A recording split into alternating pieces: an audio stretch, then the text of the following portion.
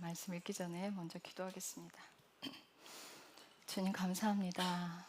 우리와 동행하시는 하나님, 우리 곁에서 우리를 위해 말할 수 없는 탄식으로 기도하시는 주님, 우리가 넘어져 있을 때 우리 손을 부여잡고 일어나라고 다독여시고 위로해 주시는 주님, 우리가 어떠한 상황 가운데 있더라도 버려두지 아니하시고 끝까지 붙들고 인내하시며 참아주시고 기다려주시는 주님, 이제 우리가 주님의 사랑 안에서 깨닫고 다시 일어나며 용기를 내고 삶에서 무너지는 일이 없기를 기도합니다. 가냘픈 여인이 주님 앞에 엎드려 죄를 고백했던 것처럼 우리 또한 우리 삶에 잘못된 것들을 주님 앞에 내려놓고 전부 다 고백하며 다시는 그 죄를 짓지 않는 현명한 믿음의 사람들이 되기를 기도하고 축복합니다. 이 시간 주님께서 우리에게 주신 이 말씀이 온전한 생명의 말씀으로 자리 잡아 삶으로 이어지기를 간절히 소망하며 기도합니다. 주님 감사합니다. 예수님의 이름으로 기도했습니다. 아멘. 요한복음 8장 1절에서 12절까지 제가 먼저 읽고요. 12절은 함께 읽겠습니다. 예수님께서 올리브산으로 가셨다가 아침 일찍 다시 성전으로 들어오시니 온 백성이 그분께 오므로 그분께서 앉으셔서 그들을 가르치시더라. 서기관들과 바리새인들이 간음하다가 붙잡힌 여자를 그분께 데리고 와서 그녀를 한가운데 세우고 그분께 이르되 선생님이여 이 여자가 간음하다가 현장에서 붙잡혔나이다. 한편 모세는 율법에서 이러한 자를 돌로 치라고 우리에게 명령하였는데 선생님은 무엇라고 말씀하시겠나이까 하니라. 그들이 그분을 시험하며 이렇게 말한 것은 그분을 고소할 구실을 얻으려 함이더라. 그러나 예수님께서는 그들의 말을 듣지 못하신 듯 몸을 구부리시고 손가락으로 땅바닥에 쓰시니 이에 그들이 계속해서 그분께 물으므로 그분께서 일어나 그들에게 이르시되 너희 가운데 죄 없는 자가 먼저 그녀에게 돌을 던지라 하시고는 다시 몸을 구부리시고 땅바닥에 쓰시니라.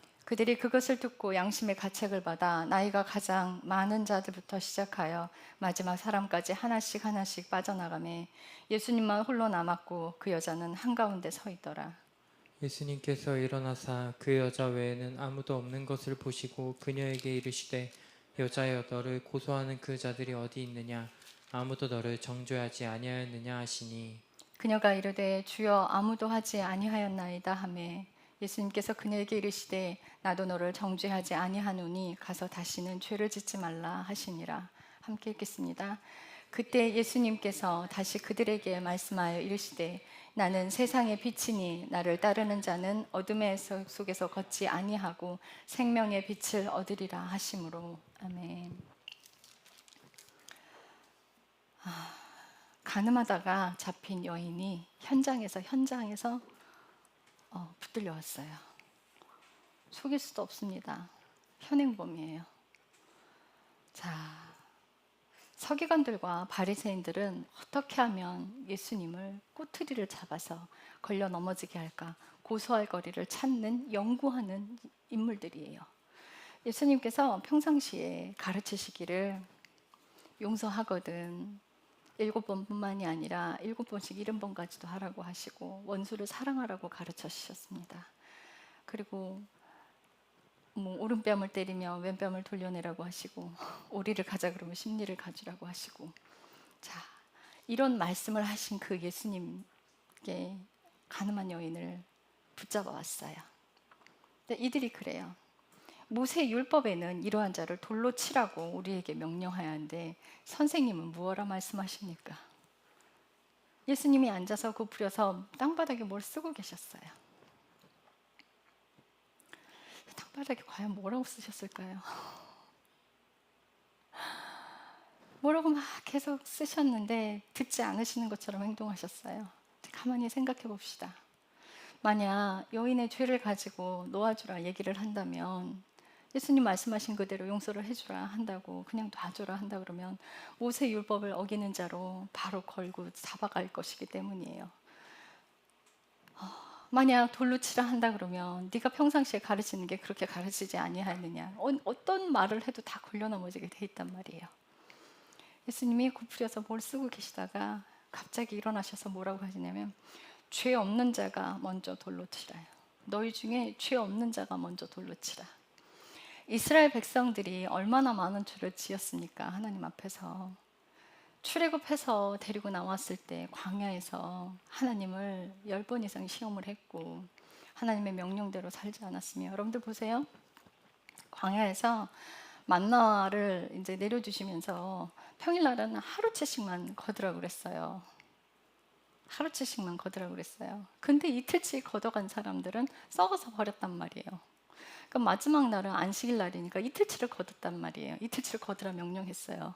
근데 매일매일 내려왔으니까 뭐하러 이틀치 거둬? 하루치만 거둬간 사람들은 하루를 굶어야 했을 거예요. 이렇게 우리는 하나님의 말씀을 자신의 경험으로 기준을 해서 평가 판단합니다. 이게 크나큰 죄예요. 엄청 큰 죄예요. 내 경험이 기준이 되어서 하나님을 판단하면 안 돼요.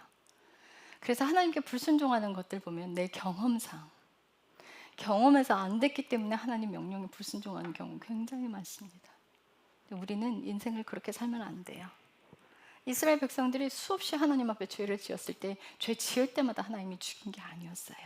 하나님께서 이스라엘 백성들에게 이렇게 현장에서 잡힌 가늠한 여인을 돌로 쳐서 죽여라, 그리고 안식일 날 나무하다 잡힌 사람을 돌로 쳐서 죽여라 말씀하신 이유는 죄를 엄하게 다스리게 하기 위한 그 하나의 방편이 아니라 이스라엘 안에서 죄를 제거하기 위함에 있었어요. 노아의 홍수 때 하나님께서 사람 만드신 거를 후회하고 탄식하셨어요. 그래서 그 땅에서 죄를 제거하기 위해서 하나님 명령에 불순종하는 자들 싹 다 쓸어버렸어요. 사람을 죽인 게 아니라 죄를 제거하셨어요. 우리 안에 무엇을 담고 있느냐가 내가 영원한 지옥으로 가느냐 영원한 생명으로 가느냐가 결정돼요. 근본적인 죄, 우리 안에 근본적인 죄, 우리 그래요. 회개하라고 늘 얘기해요. 회개하라고 이야기하는 그 죄가 내가 과거에 지었던 그 어렸을 때부터 지었던 그 죄들을 생각나는 것들을 다 회개를 하고 다시는 그런 죄를 짓지 않는 그런 삶을 살고 있다면, 지금 현재 내가 과거의 죄들을 다 청산했다면 현재 내가 살고 있는 삶 가운데서 일어나는 그 일들을 회개하는데, 마음에서부터 일어나는 죄들을 이제 회개하기 시작해야 돼요. 그러니까 육신의 죄들이 해결이 됐다면 그때는 그 다음 단계는 이제 마음의 죄들을 회개하는 단계로 들어가요. 우리가 마음의 죄들을 회개할 때도 그런 삶을 살아감에도 불구하고 우리의 원죄 때문에 원뿌리가 사탄에게 뿌리 내려져 있어요. 그래서 우리는 경험을 중요시하고요. 내가 살아온 것들을 기준으로 해서 순종하려는 그것 굉장히 완악한 그게 자리 잡아 있단 말이에요. 우리 삶 가운데, 우리 안에, 여러분들과 제 안에 그게 꽉 틀어지고 있어요. 그래서 하나님께서 명령하셨을 때 그거 해도 안 돼요. 필요 없어요. 라고 얘기하는 경우도 많습니다. 그런데 우리가 고난 안에 들어가면 그거마저도 제거가 돼요. 우리가 순종을 해도 해결이 되지 않는, 불순종할 수밖에 없는 그 뿌리의 원뿌리를 하나님께서 고난 안에 넣어주셔서 그것들을 제거하게 만드세요. 어떤 사람이 죽음 직전까지 갔다 왔어요. 목숨에 위태로워서 정말 시한부 인생으로 마지막까지 갔다가 하나님이 생명을 다시 살렸어요. 돌아온 사람 무슨 생각을 할까요? 죽음 앞에서는 모든 것이 다 부질없더라. 가지고 있는 것도 부질없고 돈도 부질없더라. 내가 죽게 생겼으니 다 죽고 난 뒤에 내가 가지고 있는 소유물도 아무것도 소용이 없고 내가 가지고 갈 수 없으니. 여러분들, 사람은요 영원히 살기를 생각을 해요. 근데 그냥 우리가 먹는 음식 가지고는 영원히 산다는 생각을 못해요. 그렇죠? 그래서 과거에 예전에 어떤 왕이 불로초를 구해갖고 오라고 그래서 그 불로초를 신하들이 막 구하러 다니고 이런 일들이 있었어요. 그죠? 아주 옛날에. 근데 무언가를 먹어야지 오래 산다는 생각을 하는 거예요. 왜요? 우리가 에덴에 있을 때, 에덴 안에 있을 때 생명나무에서 나는 열매를 먹고 영원히 살 수 있었어요. 범죄했을 때 하나님이 내쫓고 뭐라고 하셨냐면, 이제 우리처럼 선악을 알게 되었는데 생명나무에서 나는 열매까지 따먹고 영원히 살까 염려가 되느니 쫓아내라 그러셔요. 그래서 동산을 그 천사들이 지키잖아요. 불칼과 화염검으로 이제 지키면서 못 들어오게 막는단 말이에요. 영원히 못 살게끔. 악한 거를 알아버렸구나. 죄를 알아버렸어요. 그래서 악하게 살면서 오래 살면 안 되니까, 영원히 살면 안 되니까 하나님이 그 길을 막아버리신 거예요. 우리는 영원히 살고자 노력을 해요. 어떻게? 육신의 것을 갈망하면서. 육신이 풍족하게 살고 육신이 행복하게 살면서 그것들을 영원히 누리고자 그것들을 추구하고 갈망해요. 그런데 하나님 뭐라고 하시냐면, 너 이 육신의 것을 끊어내고 내게 와야, 육신의 것이 완전히 해결이 돼야 내 안에서 영원히 살 수 있는 길을 내가 열어주겠다. 여인이, 많은 사람들이 돌을 쥐고 있었어요.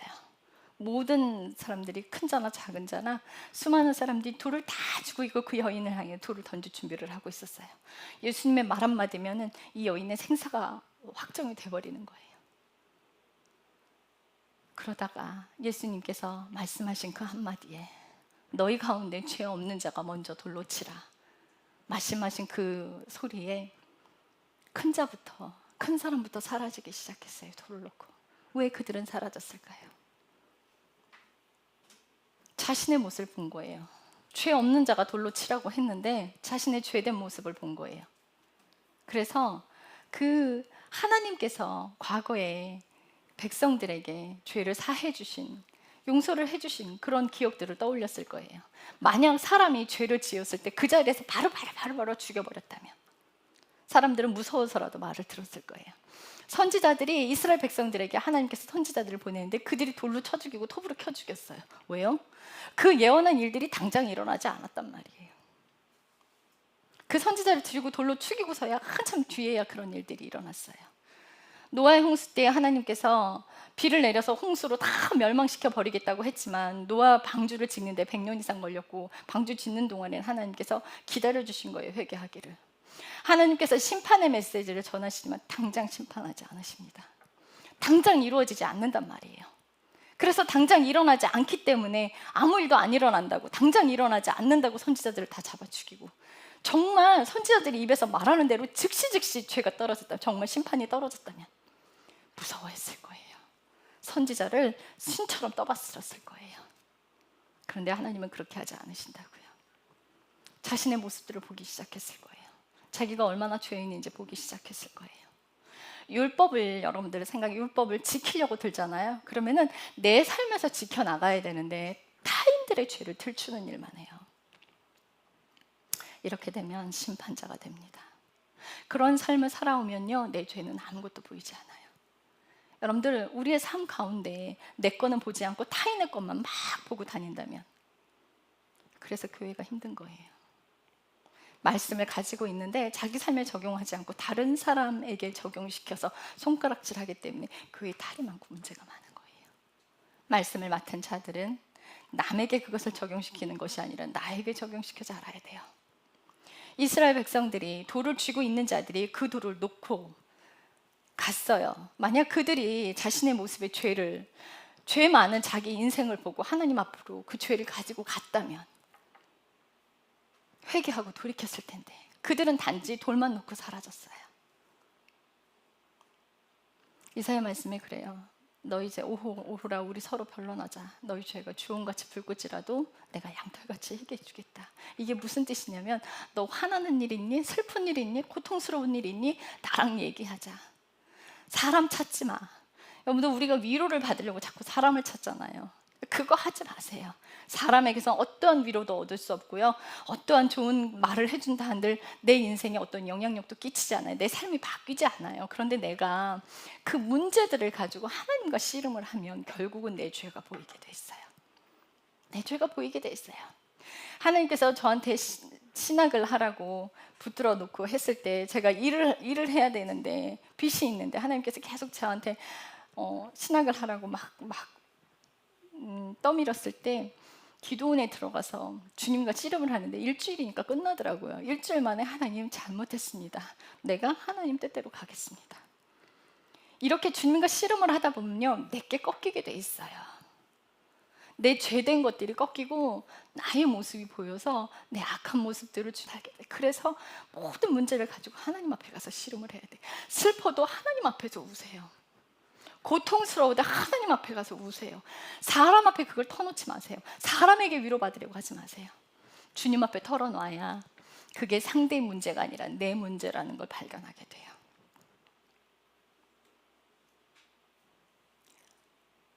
사람들이 다 떠나갔을 때 여인은 안도의 숨을 쉬었을 거예요.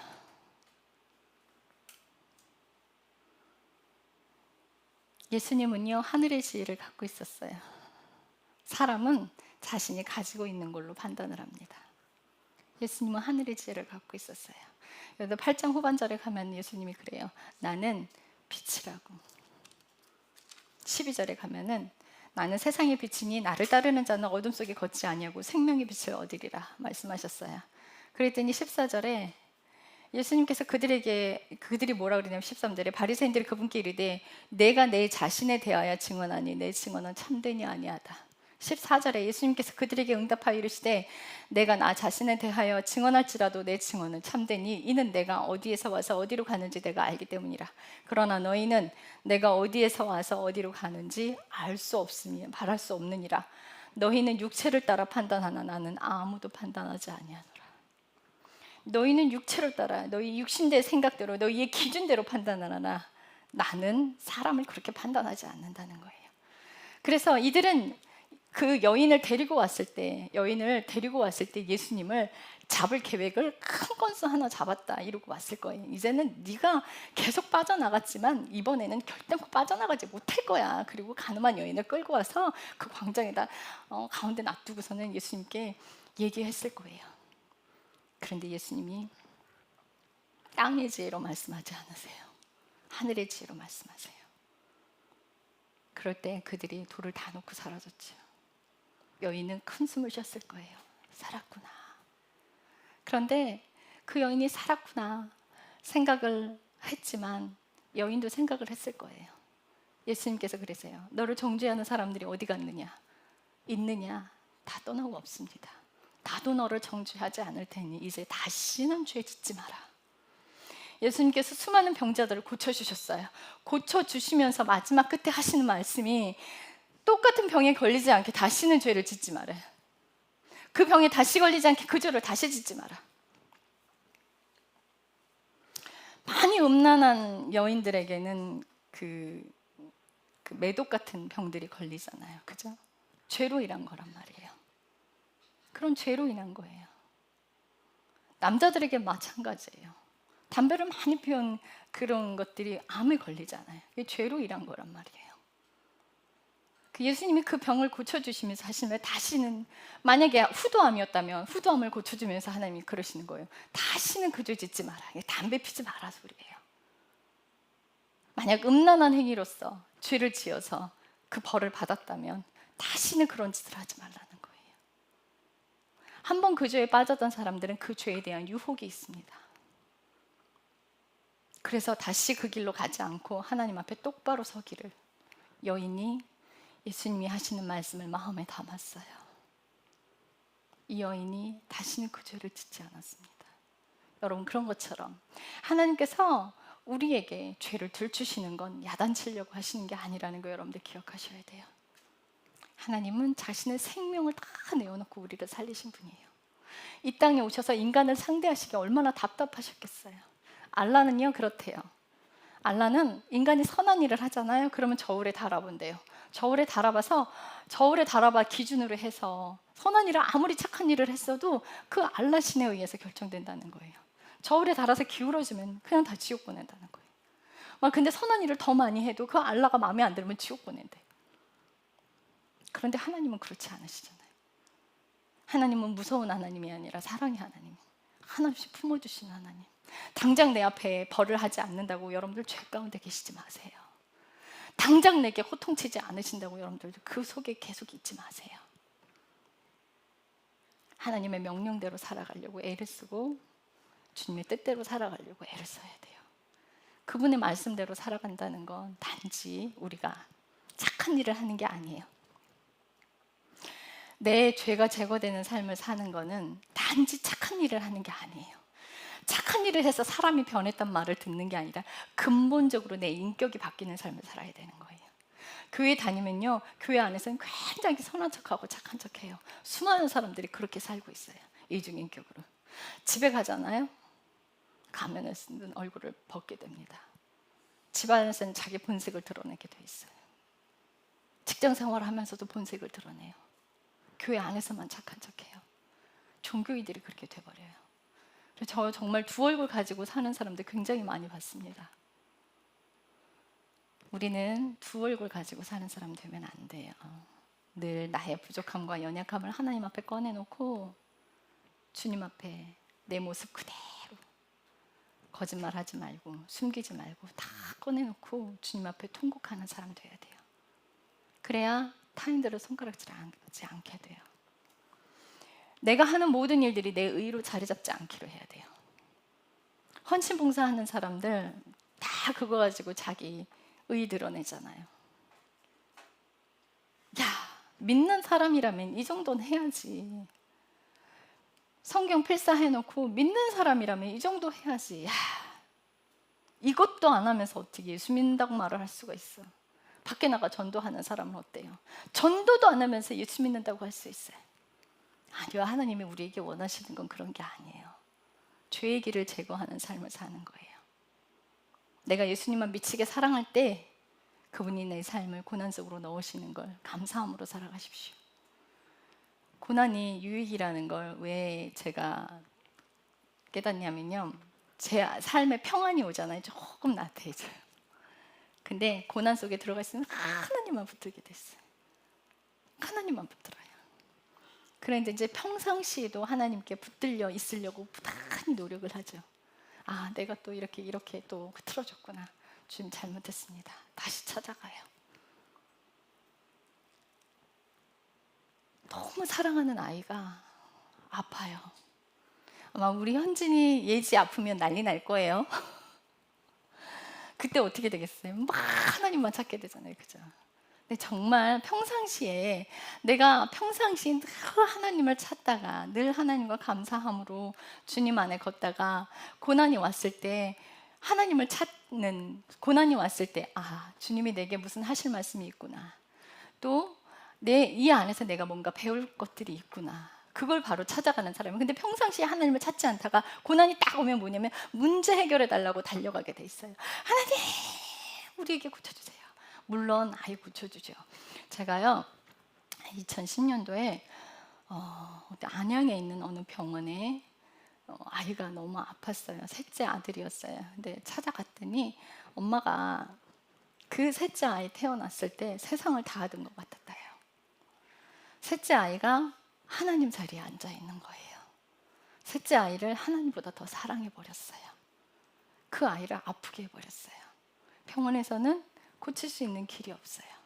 막 여기저기 찾기 시작해요. 그런데 이제 제가 갔어요. 가서 뭐라 그랬냐면 아이 고쳐달라고 하지 마십시오. 아이 고쳐달라고 하지 마시고 하나님만 바라보십시오. 그 안에서 문제를 찾고 엉켜있는 것들을 부십시오. 오직 예수만 찾으십시오.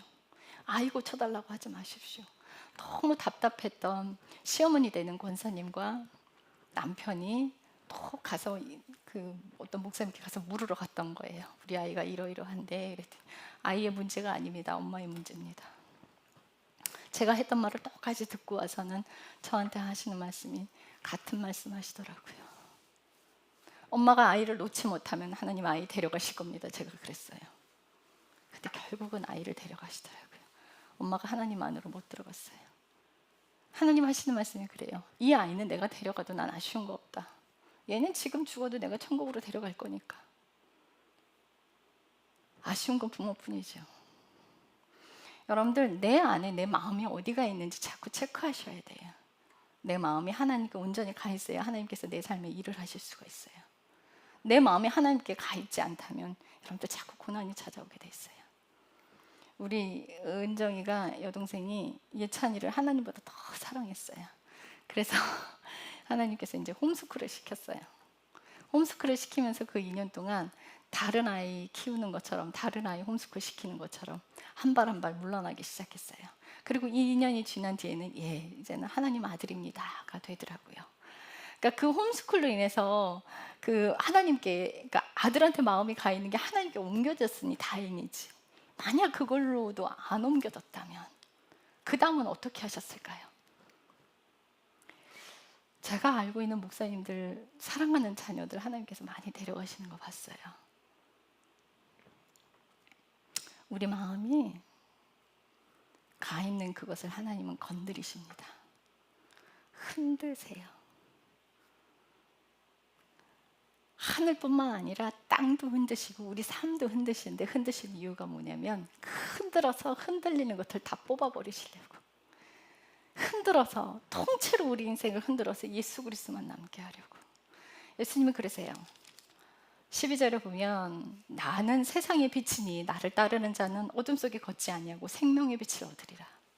어둠 속에 걷지 아니하고 생명의 빛을 얻으리라. 로마서 8장 1절부터 4절 가봅시다.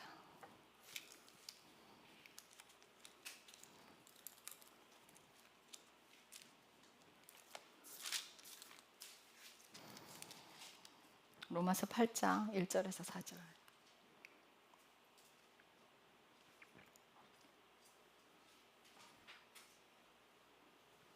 다 같이 읽겠습니다. 그러므로 이제 그리스도 예수님 안에 있는 자들에게는 결코 정죄함이 없나니 그들은 육신을 따라 걷지 아니하고 성령을 따라 걷느니라. 이는 그리스도 예수님 안에 있는 생명의 성령의 법이 죄와 사망의 법에서 나를 해방하였기 때문이라. 율법이 육신으로 말미암아 연약하여 할 수 없는 것을 하나님께서는 아셨나니 곧 죄로 인해 자신의 아들을 죄 많은 육신의 모양으로 보내사 그 육신 안에 죄를 정하셨느니라. 이것은 육신을 따라 걷지 아니하고 성령을 따라 걷는 우리 안에서 율법의 의가 성취되게 하려 함이라. 죄의 규정이 달라져요.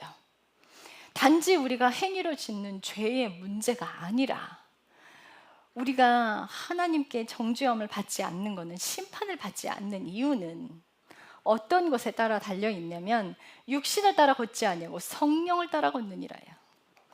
영에 끌려 사는 사람 돼야 됩니다. 영에 끌려 사는 사람은요, 타인의 문제들을 건드리지 않아요.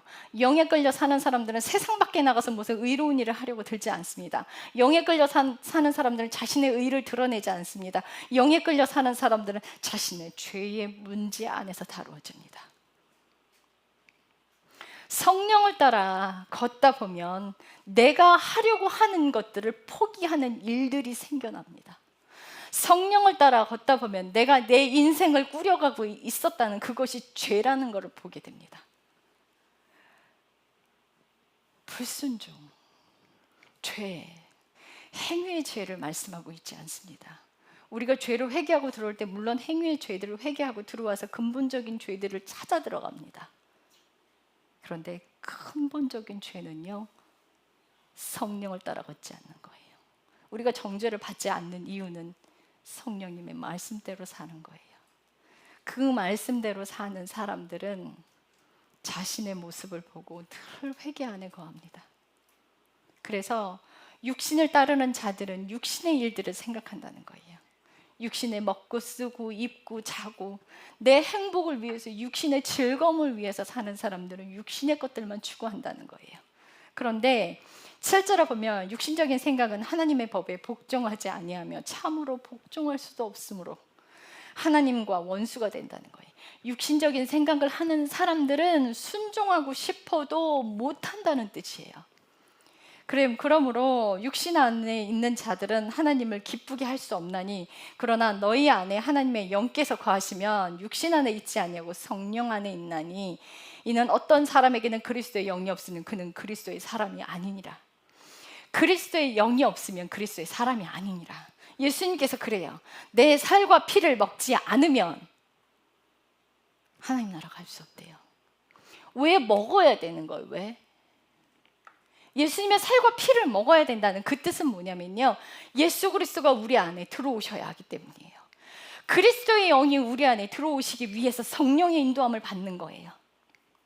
그분의 말씀대로 살아가다 보면 우리의 죄가 보여서 회개하는 삶을 살고 그 죄에서 돌이키면 내가 화냈던 거를 죄로 깨닫고 다시는 화내지 않는 그 자리로 가고, 자식을 때리는 걸 죄로 깨닫고 내가 그 자식을 때리는 것을 그만하고 자식 앞에 용서를 구하고 다시는 하지 않겠다 용서를 구하고 사랑으로 인내하고 모든 것들을 덮을 때 하나님께서 왜 우리에게 사랑하라고 말씀하시냐면요, 내가 모든 것들을, 내가 하려고 하는 것들을 포기한 채 나를 드러내지 않고 끝까지 희생하고 인내하며 사랑을 해주면서 내 자아가 죽게 되기 때문이에요.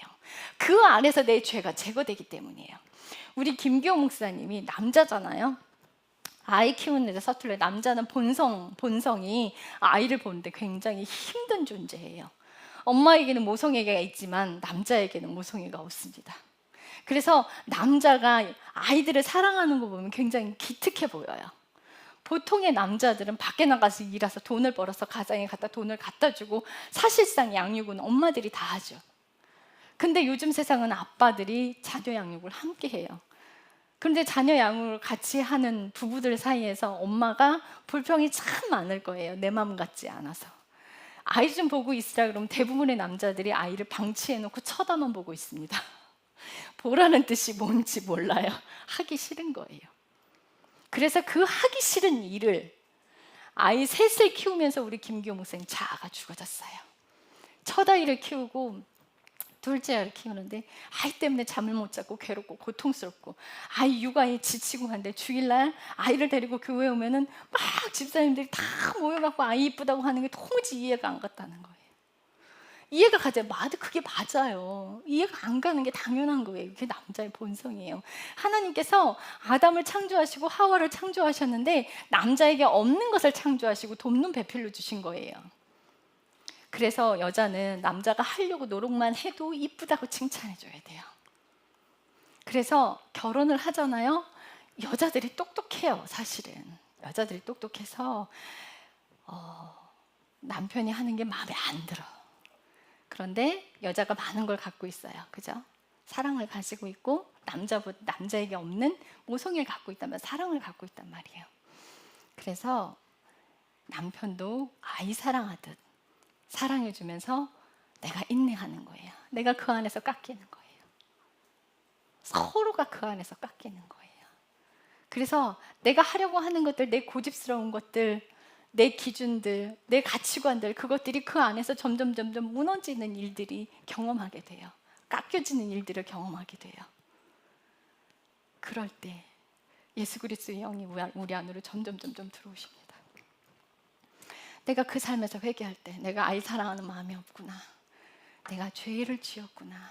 내가 잘못 살았구나. 그 죄를 보고 계속 회개하는 삶으로 들어갈 때 아이를 더 많이 사랑하게 되고 요즘은 우리 김경 목사님 여자 같아요. 예지 태어났는데 예지 앞에 가서 예지야 이러고 있어.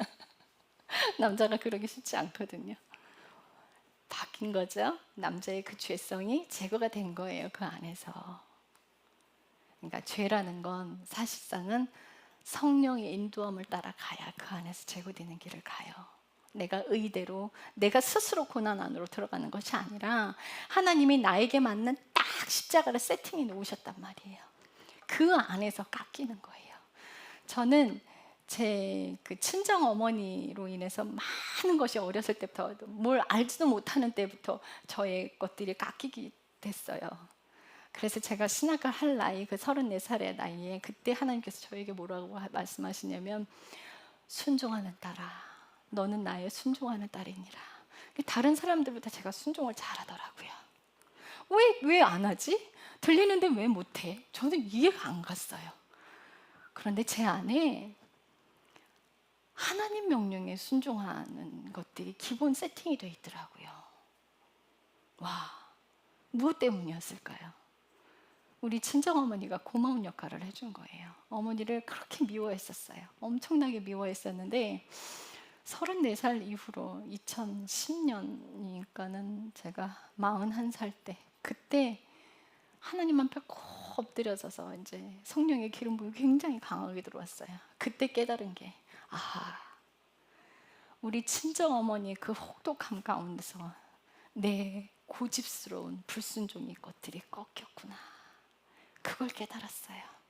그래서 우리 어머니가 친정어머니가 치매에 걸리셔서 병원에 입원해 계셨는데 제가 엄마 손을 꼭 잡고 엄마 고마워. 내가 엄마 때문에 이 자리에 있어. 예전에는 하나님이 너는 네 어미가 아니었으면 넌 이 자리에 있을 수 없다라는 말을 이해할 수가 없었는데 그 말이 이해가 되는 거예요. 엄마 고마워. 엄마 너무 고마워요. 그때서야 깨달았어요. 그 전에는 너무 힘들었어요. 고통스러웠어요. 그걸 알기 전까지는 너무 고통스러웠어요. 그런데 하나님께서 아주 깐난쟁이서부터 저를 다루기 시작하셨어요. 그래서 제 안에 예수 그리스도의 생명을 넣어주시기 위해서 뭘 알지도 못하는 때부터 그렇게 저를 다루어 주셨던 거예요. 여러분들, 하나님께서 우리가 지옥 가지 않게끔, 우리가 정죄받지 않게끔 그 길을 열어두고 계세요. 여러분들이 고집 세우지 마시고, 여러분들 기준 내세우지 마시고, 주님의 명령이 들리면 예스 하고 순종하세요. 아, 하나님 저 그런 거 못해요. 이거 하지 마세요. 누구는 하고 싶어 합니까? 여러분들, 하나님을 사랑하다 보면요, 내가 왜 그 길을 가야 하는지 보일 때가 있어요. 이제 순종을 하다 보면, 아, 내겐 그런 죄가 있구나. 하나님이 나를 깎으시려고 이 속으로 넣으시는구나. 주님 감사합니다. 주님 감사합니다. 하나님과 대화하며 산다는 것은 사실상 기쁨으로 대화하는 건 아니에요. 그냥 그분과 동행하고 내가 고통 가운데 있을지라도 그분으로 인해서 기도할 수 있고, 내가 하나님이 있기 때문에 하나님께 매달릴 수 있잖아요. 세상 사람들 고난이 오고 고통이 올 때 자살합니다. 그런데 우리는요, 힘겨울 때 고통 가운데 있을 때 하나님 붙들 수 있잖아요. 그럼 하나님이 내버려 두시나요? 품어주시고 안아주시고 위로해주시고, 우리가 잘못했을 때 인내하고 기다려주시는 분이에요.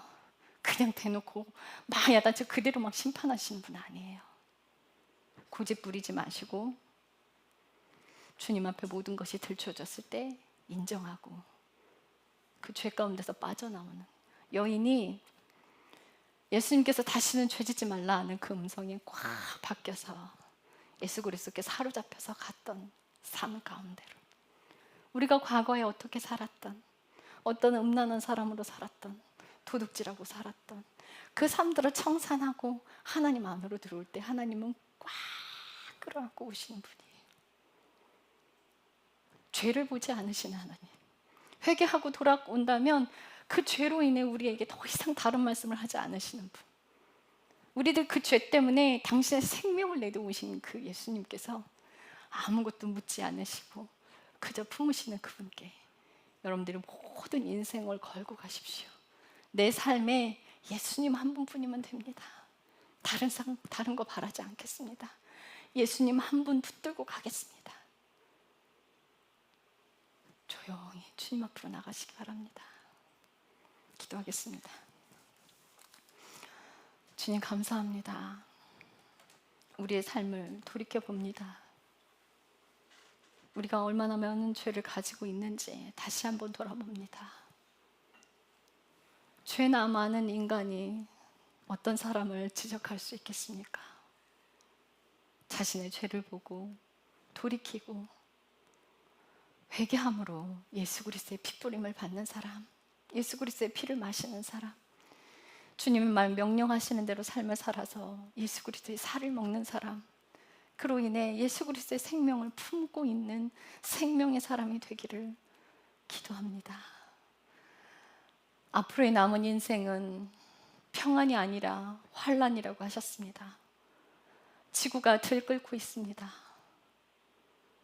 지구가 호소하고 있습니다. 이제 마지막 때라고, 정신 차리라고 지구가 소리를 내고 있습니다.